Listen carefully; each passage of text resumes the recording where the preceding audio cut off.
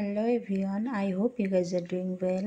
আমি আশা, আপনাদের আশা গোল্ডেন গ্রোতে স্বাগত জানাই।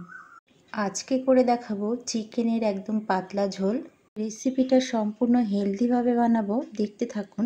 সবার প্রথম কড়াইয়ে সাদা তেল দিয়ে দিলাম পরিমাণ মতো। তারপর তেলটাকে খুব ভালো করে গরম করে নিয়ে এর মধ্যে দিয়ে দিলাম কয়েক টুকরো আলু। আলুটাকে একটু হালকা লাল করে ভাজা করে নেব, তার জন্য দিয়ে দিলাম সামান্য পরিমাণ হলুদ ও লবণ। বেশ কিছুক্ষণ নাড়াচাড়া করে হাই আঁচে এটাকে লাল করে ভাজা করে এইবার তুলে নেব। আপনারা যারা আলুটা পছন্দ করবেন না তারা স্কিপ করে দিতে পারেন। আমি সম্পূর্ণ গ্রামীণ স্টাইলে রান্নাটা করছি, তার জন্য আলুটা দিলাম। এইবার ওই একই তেলে দিয়ে দিলাম ফোড়ন, এলাচ, লবঙ্গ ও দালচিনি। তারপর বেশ কিছুক্ষণ পরেই দিয়ে দিলাম পেঁয়াজ কুচি। পেঁয়াজটাকে লাল করে ভাজা করে নিয়ে তারপর চিকেনগুলোকে একে একে অ্যাড করলাম। চিকেনগুলোকে আগে থেকেই জল ঝরিয়ে রেখে দিয়েছিলাম ধুয়ে।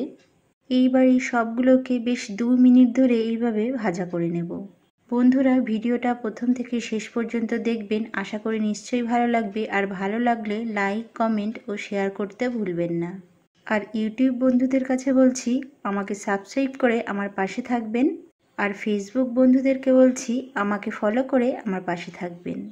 এইবার এর সাথে অ্যাড করে দিলাম পরিমাণ মতো লবণ। লবণটা অবশ্যই বুঝে দেবেন।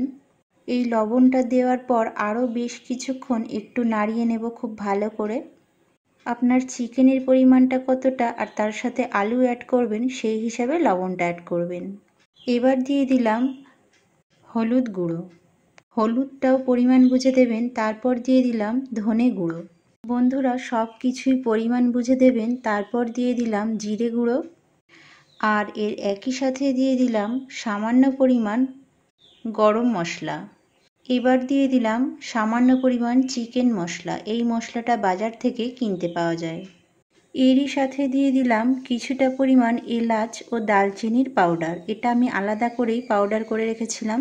তারপর দিলাম আদা বাটা আর রসুন বাটা, আর দিলাম কাঁচা লঙ্কা বাটা। এইবার এই সবগুলোকে খুব ভালো করে মিক্স করব আর বেশ কিছুক্ষণ কষিয়ে নেব। এই কষানোটা খুব ভালো করে করবেন, সেক্ষেত্রে আপনার চিকেনের টেস্টটা দ্বিগুণ বেড়ে যাবে। এই সময় যত ভালো করে কষবেন ততটাই সুন্দর সুগন্ধ বার হবে। তারপর একটা সময় দেখবেন কষতে কষতে মাংস থেকে তেল ছেড়ে দিয়েছে, তখনই জানবেন খুব ভালো করে কষানো হয়ে গেছে। আর এই কষাতে কষাতেই আলুগুলো অ্যাড করে দিলাম। তারপর আবারও খুব ভালো করে কষিয়ে নেব। এইবার পরিমাণ মতো জল দিয়ে এটাকে ঢাকা দিয়ে মিডিয়াম টু লো ফ্লেমে 10 থেকে 15 মিনিট হতে দিলেই রেডি হয়ে যাবে আমার চিকেন। আবারও দেখা হচ্ছে নেক্সট ভিডিওতে।